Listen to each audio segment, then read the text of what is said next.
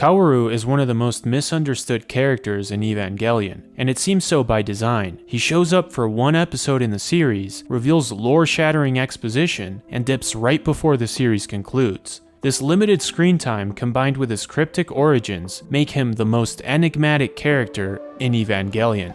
Which is why today we're going to analyze him as a character within the context of Neon Genesis Evangelion, and then in part 2, analyze his new characterization in the Rebuild series. When we do so and look at his history, biography, and purpose, we'll realize that there is a fundamental understanding about his personality that everybody gets wrong. Hello Funkers, Tony Funk here, and today we're going to break down Kaworu and analyze what this character really means to the series, how he saw the world, and then we'll try to settle the debate around his relationship with Shinji. In order to understand Kaworu, we must first understand Hideaki Anno's and Gainax's original intentions for the character.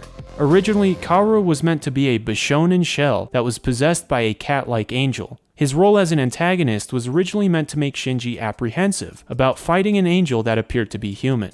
Hideaki Anno also wanted the possessed boy's personality to represent an idealized version of Shinji, in order to contrast Rei's use as being a representation of Shinji's subconscious. This means then that the basis for Kaworu's personality was Shinji, assuming that Shinji had not suffered from abandonment issues or depression.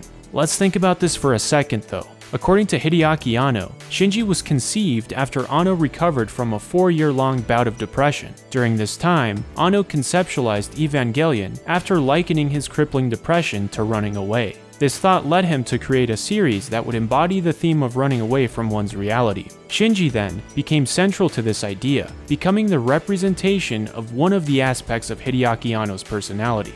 According to Japan Edge, the Insider's Guide to Japanese Pop Subculture, the aspect that Shinji represented was Hideaki Anno's cowardice and desolation, which made Shinji the personification of Anno's own anxiety and fear during his depression.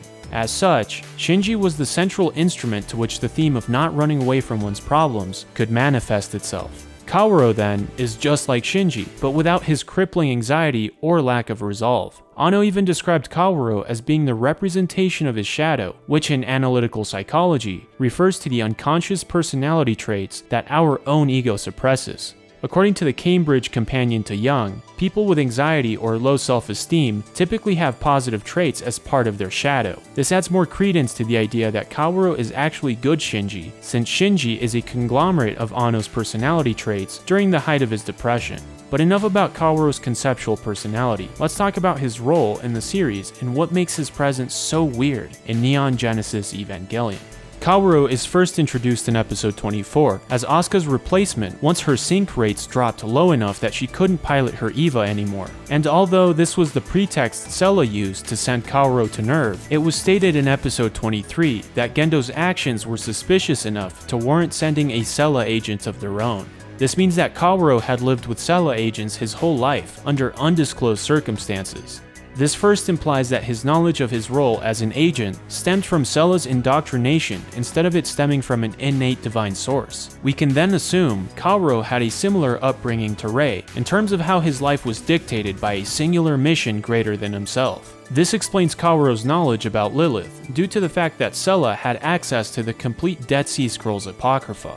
We can imply that Kaworu was misled by Seele, that humanity was inherently evil except for the Seele members who followed the scripture of the Dead Sea Scrolls Apocrypha, in a similar way that Rei was misled into believing Gendo's cause was for the greater good. This leads me to explain Kaworu's plan since it sheds light on many nuances of his character. Though we do not know the specifics of Seele's instrumentality, we know that Seele wants an instrumentality that is executed by Kaworu under their specifications. This instrumentality most likely had a favorable outcome for Seele and a negative one for humanity, given that once Kaworu realized that Lilith was in central Dogma, he switched sides and allowed humanity to continue living, stating, "Only one life form can avoid extinction and be granted a future, and you aren't someone who ought to die. Your kind needs a future." This was preceded by him contemplating humanity's future when he asked, "Must those born of Adam return to him, even if that means dooming humanity?" Because of this, we know Seele wanted Adam and the angels to inhabit Earth, which meant the destruction of humanity. We could imply that similar to how angelic souls could inhabit Lilin bodies, such as Rei and Kaworu hosting Adam and Lilith's soul,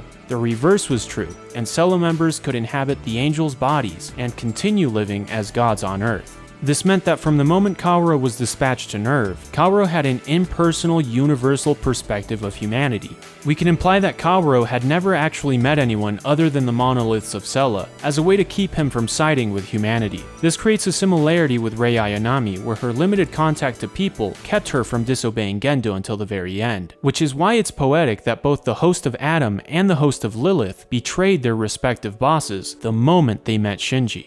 Prior to meeting Shinji, Kaworu was aware of his existence, considering that Shinji was an element of the Dead Sea Scrolls Apocrypha. Since many events regarding the pilots were foreseen by both Gendo and Seele, such as Asuka's sync rates lowering and Toji's near death, Kaworu was certainly aware of Shinji's role in the prophecies. This is why when he first meets Shinji, Kaworu states that everybody knows Shinji. This also falls in line with the idea that Kaworu had no contact to the outside world, since the only people he ever knew of Shinji, even though the reality was that only a select few people knew him or of him. During this initial interaction, we realize how awkward and out of touch Kaworu is, implying that despite him being a representation of a morally and emotionally ideal Shinji, he still had no idea how to communicate with people. When Shinji is seen lamenting his situation, after realizing that he had become estranged from everyone he cared about, Kaworu inappropriately starts shooting the breeze about his love for music, as he hums Ode to Joy. When we break down this initial conversation with Shinji, we realize how inhuman and impersonal Kaworu sounds, stating, "Like you, I'm a child whose path has been set out. I'm the fifth children." This awkward interaction shows us that Kaworu means well, but is unsure in how to communicate with children his own age, or people in general. As we see Kaworu interact with Shinji more, we realize that Kaworu picks up on Shinji's loneliness, initially when Shinji tells Kaworu that he doesn't want to go home these days, flying in the face of Kaworu's perception that, and I quote, "having a house to return to leads to happiness." The second instance that helps Kaworu understand Shinji's inability to connect to others is when Kaworu tells him he wants to talk to Shinji in the bath, and Shinji shows apprehension about the idea. Kaworu then plays therapist and says, "You certainly go to extremes to avoid making first contact. Are you afraid of intimacy with others?" This interaction shows us that from this point forward, Kaworu becomes aware of Shinji's psychological damage and attempts to help him out of empathy, but by giving him literal therapy instead of talking to him on a personal level.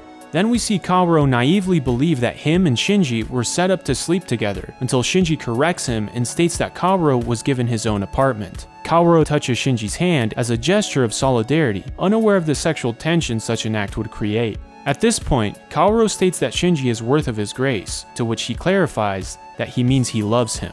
One important thing we need to understand is the Japanese word for love. Like the English word love, which is ambiguous in the sense that it could mean fraternal love or romantic love, the word ski is similarly nuanced in that it could mean both romantic love and universal types of love, although contextually, it could be interpreted as a more romantic love, with all of Kaworu's gestures taken into consideration. But before I explain the nuances of this scene, we have to look at how Shinji and Kaworu continue to interact. The next scene we see them together, they are both laying next to each other, albeit with Shinji laying on the floor. Kaworu states that he should be the one on the floor, implying that he had never planned for them to share a bed. Kaworu then gets Shinji to open up, encouraging him to tell him what's on his mind. Due to Kaworu sensing that Shinji still needed more talk therapy, Shinji ends up trauma dumping and eventually realizes his vulnerability when he thinks, "Why am I talking to Kaworu about this stuff?" At this point, Kaworu realizes the depth of Shinji's pain and states, "You know, I might have been born so that I could meet you." With this being the last piece of dialogue he speaks to Shinji before their confrontation in Central Dogma. Let's break down these interactions before their showdown, however. Kaworu, as an awkward, out-of-touch, and ideal version of Shinji, learns to empathize with Shinji's struggles and realizes that Shinji is vulnerable, defenseless, and worth saving. When Kaworu states that he was born to meet Shinji, he refers to the fact that he was under the impression by Seele that he was born to follow the Dead Sea Scrolls Apocrypha to their conclusion, given that Kaworu's appearance and role were prophesied, but that by meeting Shinji he was able to relate to humanity and think of them in a different light. This final interaction, prior to their Central Dogma fight, exemplifies Kaworu's internal conflict with obeying Seele. Eventually, the final inconvenience that allows Kaworu to fully accept humanity's salvation was finding out that Gendo had misled Seele about having Adam in Central Dogma. When Kaworu realizes this, he concedes that Gendo's plan is the best possible outcome between Seele's and Gendo's for humanity. With this, he allows Shinji to kill him and set off in motion Gendo's final plan. You see, even after Kaworu saw humanity in a new light through Shinji's struggle, he still planned on enacting Seele's instrumentality, which means his confliction was not enough to sway his decision. This means that through and through, Kaworu was a villain. The parallels between Kaworu and Rei were meant to show the dehumanizing power of coercion by both Seele and Nerv respectively, by brainwashing both angel hybrids into executing man's selfish desires. This didn't make either characters evil, but it did make them shadows of real people up until their deaths. This leads me to explain the facade of Kaworu's relationship with Shinji. Kaworu was meant to have everything Shinji didn't from an emotional standpoint, which is why Kaworu was drawn to him. In essence, he saw himself in Shinji. But this wasn't his initial pretext to speak to Shinji in the first place. After all, Kaworu only knew of Shinji but clearly hadn't established a relationship with him. What this means is that Kaworu's pretext was to get close to Gendo through his son. Remember, in episode 23, Seele had stated that Gendo was not to be trusted and that they needed an agent of their own, one that Gendo could not dismiss. This means that within Kaworu's instructions to infiltrate Nerv, he was briefed on Gendo being the enemy, and perhaps encouraged to learn more about him as a way to reach Central Dogma without being caught. It is only natural that Kaworu would start his mission by becoming close to Shinji. But okay, it's clear that Kaworu's friendship with Shinji started off as a ruse to avoid detection during his mission, but he clearly becomes close to Shinji, so much so that he shows romantic interest, right? Well, not so fast.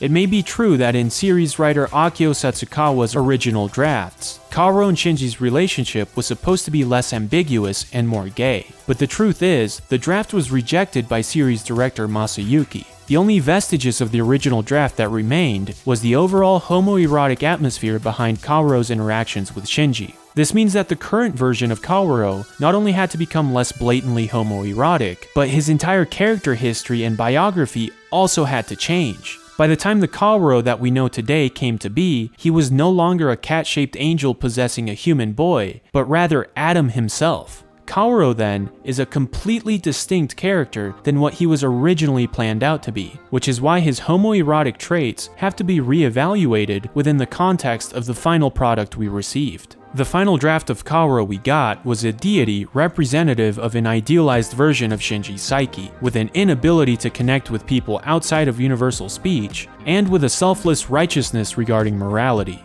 The way he connects with Shinji is admittedly romantic in appearance, but to suggest a godlike character of his background and role could conceptualize having a romantic relationship with a human he had planned to kill indirectly does not make sense within the story. Kaworu's awkwardness was meant to suggest to the audience that he was neither human nor saw the world from a human point of view. Not only this, but the fact that Kaworu always referred to humans as Lilin indicated that he saw Shinji as an other, which meant his unconditional love for Shinji could be compared narratively to that of the love of Jesus Christ for humanity. This comparison doesn't end there, since Kaworu was modeled after Jesus Christ by being a deity whose self-sacrifice led to the salvation of mankind. So for Kaworu to be romantically attracted to Shinji, we would have to assume that Kaworu is an emotional sadist who finds broken people attractive, would be capable of falling in love with a complete stranger within 24 hours of meeting them, and that he's capable of full human emotions. None of these check out given Kaworu's history and behavior, which is why I think it's more likely that Kaworu's love for Shinji is of the agape variety, which translated from Greek means the divine love of God.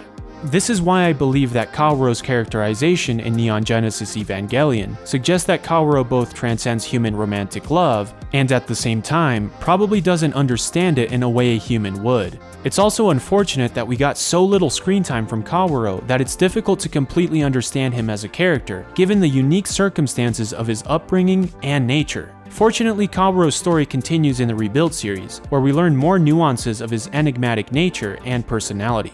So stay tuned for Understanding Kaworu Part 2 to see if anything changes between Neon Genesis Evangelion and the Rebuild series. But for now, take care, and as always, I shall see yas down the road.